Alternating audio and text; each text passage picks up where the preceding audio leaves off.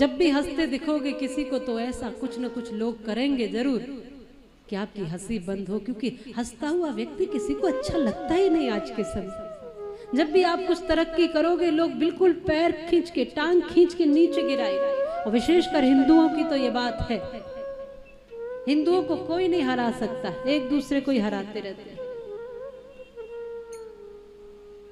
ये बात सत्य है। वो देखे आपने केकड़े, कभी कभी बाल्टी में डाल दो उनको तो वो धीरे धीरे कोशिश करेंगे ऊपर आने की, और वो आ ही जाएंगे, बिल्कुल वो निकलने ही वाला, पार होने ही वाला। दूसरे ने देखा तुरंत टांग पकड़ के खींच के नीचे करे, तू कहाँ जा रहा। तो हम सब एक दूसरे की टांग खींच खींच के नीचे करते हैं जितनी कोशिश होती है। और सोचिए कि कभी ऐसा स्वभाव बन गया कि हम सब एक दूसरे के सहयोगी बन जाएं, हम सब एक दूसरे को सहायक बन जाएं, एक दूसरे को सहारा दे करके खुद भी ऊंचे हो जाएंगे और दूसरों को भी ऊंचा कर सकते हैं। भक्ति का तो यही प्रमाण है। अगर कोई भक्त होगा तो वो सबको सहारा देकर आगे बढ़ाएगा, सबको सहारा देगा। ये भक्त का कर्तव्य है और लक्षण भी है, वो किसी को गिराएगा नहीं। नारद जी ने कहा कि सब दुखी मिले मुझे, और भक्ति महारानी मिली वृंदावन में जब पहुंचा। ज्ञान वैराग्य जर्जर पड़े थे, भक्ति महारानी उदास थी, दुखी थी, युवती थी, बैठी हुई है। मैंने पूछा क्या कारण है दुखी होने का। कह रहे कि ये ज्ञान वैराग्य मेरे पुत्र बूढ़े पड़े हुए, वृंदावन में भी ये बूढ़े हैं। कहा कि ये देखो मैं युवती मां होकर जवान हूं और ये मेरे बच्चे बूढ़े, कुछ तो करो। सारे उपाय कर लिए, किसी तरह से जब काम ना बना तब नारद जी कहते अब मुझे बताओ क्या करना। तो शौनक जी ने कहा कि वही परम भागवत उनको सुनाओ, वो सब जर्जरता को समाप्त करेगी। और नारद जी ने फिर ज्ञान वैराग्य को वह कथा पावनी श्रीमद् भागवत कथा सुनाई।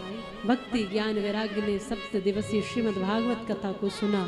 सुनकर झूम गए, सुनकर आनंदित हो गए, सुनकर प्रसन्न हो गए।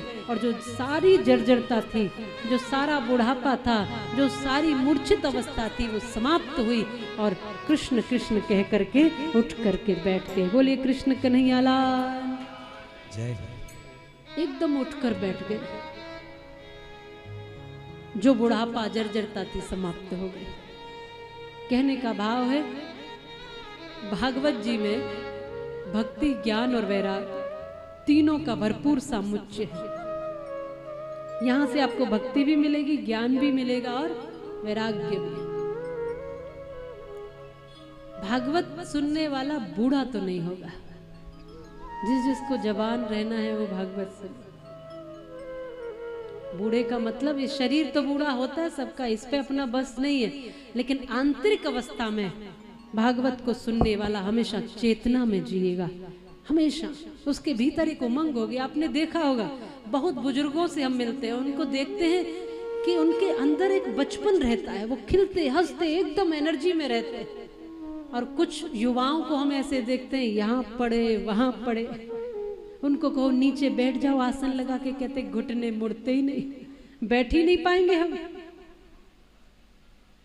तब आप बताइए वो युवाओं में भी बुढ़ापा दिखता है और उन बूढ़ों में भी कई बार एक जवानी चेतना दिखती है, स्फूर्ति दिखती है, उमंग दिखती है। वास्तविकता में जवानी चेतना का ही नाम है।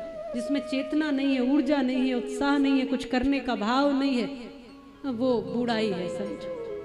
तो कथा क्या करती है, आपके भीतर उत्साह भरती है, जीवन के प्रति एक सुंदर भाव देती है, आपको आपका परिचय कराती है और वो बताती है आप आत्मा हो। और आत्मा कभी बूढ़ा नहीं होता, आत्मा थोड़ी बूढ़ा होता है। शरीर सबका बूढ़ा होना है, मरना है, एक दिन ये छूटना है, पर आत्मवत जब परिचय हो जाता है तब वो जान लेता है कि मेरा जो वास्तविक स्वरूप है वो चेतन स्वरूप है।